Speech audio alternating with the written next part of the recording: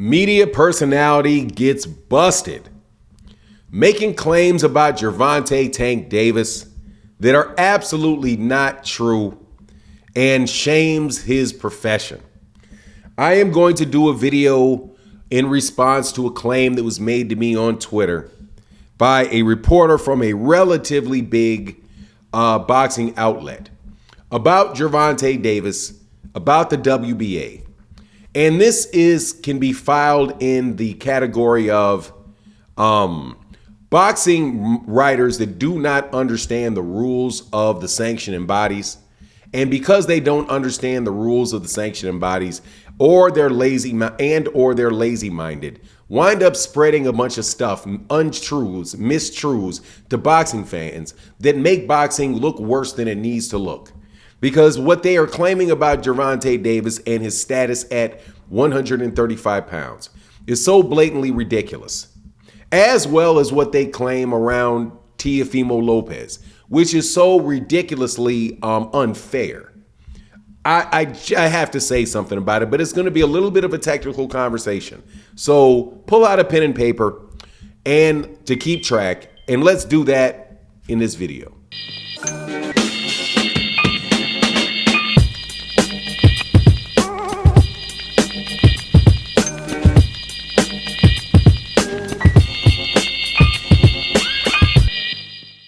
All right, welcome back to the channel. It's your boy Fanon, and in this video, we're going to be in the 135-pound division, where there's been a rumor put out on Gervonta Davis and a claim put out on Gervonta Davis from boxing writers and professional boxers professional boxing teams, specifically Devin Haney's team, and Bill Haney, who was on the channel, said this.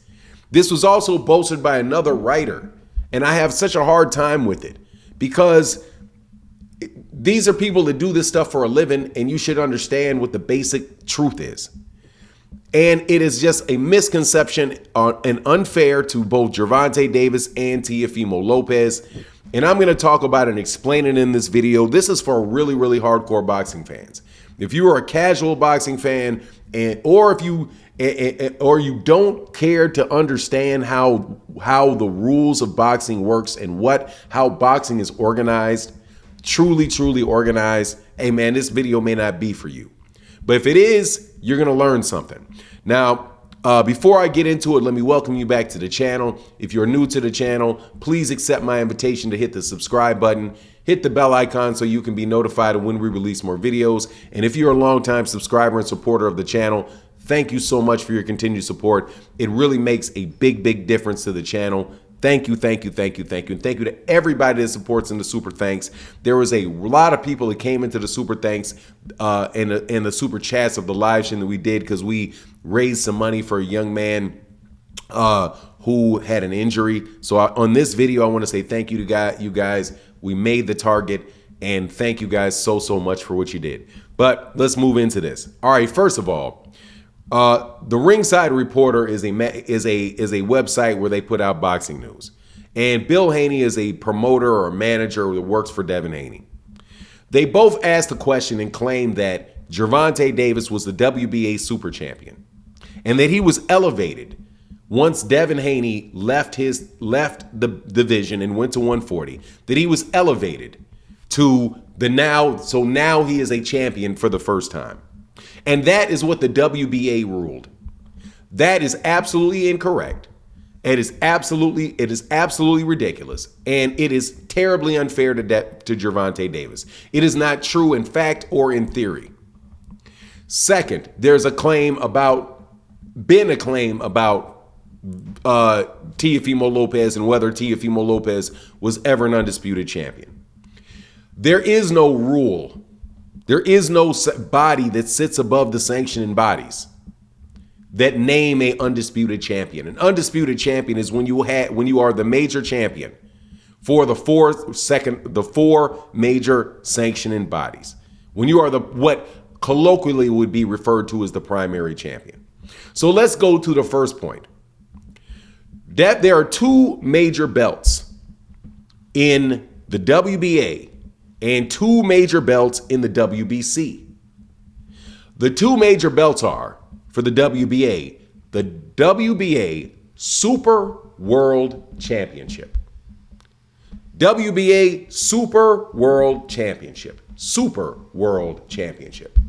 The second major championship is the World Championship. World Championship. The Super World Championship and the World Championship. Got that? That's the two. When you hear the word regular, that is not a title. That is the way somebody is describing world champion when they are opposing it to super world champion. Go to BoxRec, go to the WBA site. You will never see the word regular written down other than them saying the regular title when they're describing the world title when there is a WBA super title. So what happened with Gervonta Davis and Devin Haney? Gervonta, well, let's take a step back. Jorge Linares was the WBA world champion when he fought Vasily Lomachenko and lost. Vasily Lomachenko beat the WBA world champion, the title that they call regular. Then he was elevated to the WBA Super World Championship. He was elevated. Lomachenko was elevated from WBA World Title Champion to WBA Super World Title Champion. Now, I've said it about 3 times. It shouldn't be that hard to understand. That is Lomachenko being elevated. Devin Haney then beat the guy that beat Lomachenko. And that WBA Super title was exchanged.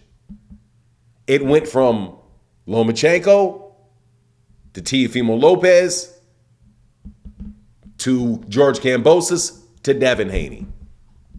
The WBA World Super title, Super World title, transferred all the way to Devin. The entire time, Gervonta Davis is at 135. He was the WBA World Champion.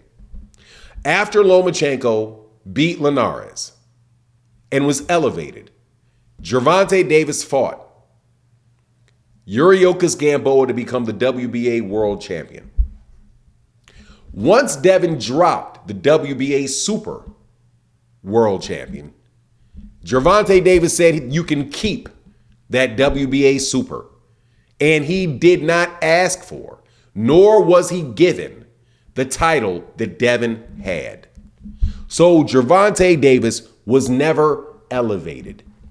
He, according to the WBA, and they confirmed it, was the sole WBA champion. Sole means one. If I am the sole owner of this phone, it just means I'm the only owner. That's all. So when people said, the WBA said he is now the sole WBA champion. Before, he wasn't the sole WBA champion. And guess who was not the sole WBA champion either? Devin Haney. He was not the sole champion. There was 2. There was the WBA World Champion and there was the WBA Super World Champion. There were 2. Well, what was the difference?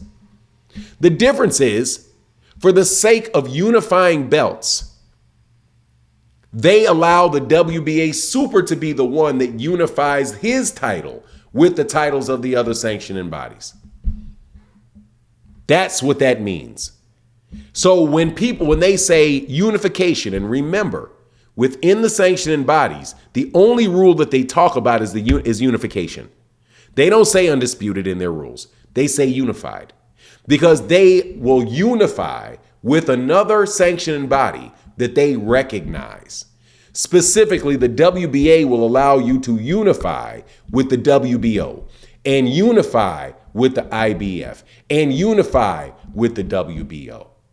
So the WBA Super Champion, when it is in existence, will unify, and the WBA World Champion will not unify. However, when there is no WBA Super, the WBA World can unify. There was no elevation of Gervonta Davis. There was an elevation of Vasily Lomachenko when he switched titles from the WBA World to the WBA Super. So that should answer the question about whether or not Gervonta Davis is the sole champion and whether he was elevated. He's the sole champion now, so he can unify. But he is not elevated to the title of the WBA Super. And that is a fundamental misunderstanding from anybody that says otherwise. Similarly, the discussion about undisputed. Again, the sanctioning bodies only recognize unification. They don't recognize or acknowledge undisputed within their rules. I've read the rules. They say they have rules for unifying with another sanctioning body. That's it. So they decide who is going to unify. Well, just like the WBA said the Super will unify, while the WBA World title will fight the mandatories, because that's the job, that's how it works. So the WBC did the same thing with the same person named Vasily Lomachenko. Vasily Lomachenko was elevated from the WBC World title that he won against Luke Campbell, the WBC World title. Just like he won the WBA World title from Jorge Linares, he won the WBC World title with Jorge Linares. With Luke Campbell in a vacant fight. And just like he was elevated to the WBA Super World title, he was elevated to the WBC franchise title. And just like he unified the WBA title with the IBF title and the WBO title, the WBA Super World title, he unified those with the IBF, with the WBO, and with the WBO and the WBO and the IBF. Before it was the WBO with the WBO, then the WBC. So he unified the WBC with the WBA, just like Vasily Lomachenko unified. So that's the exact scenario.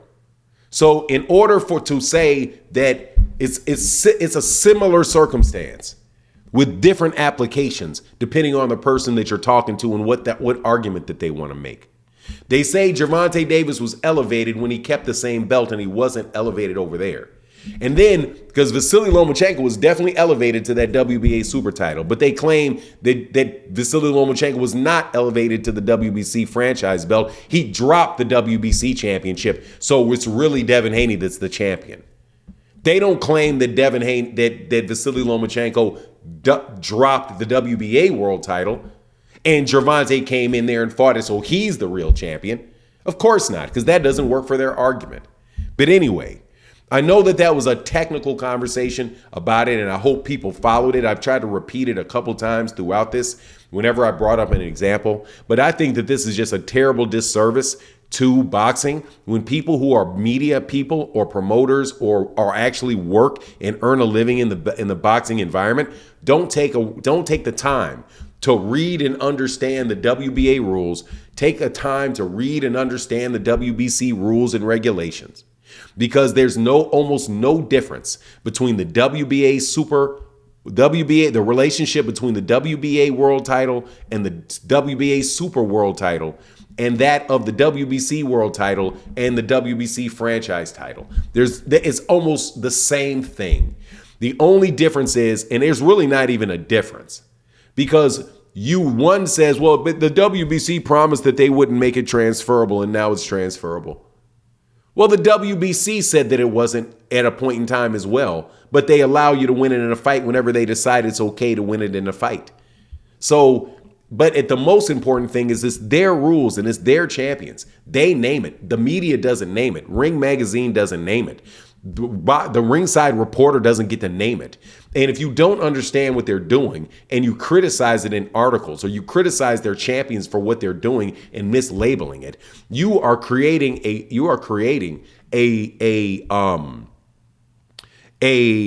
appearance of, or you may be creating an appearance of corruption that doesn't exist.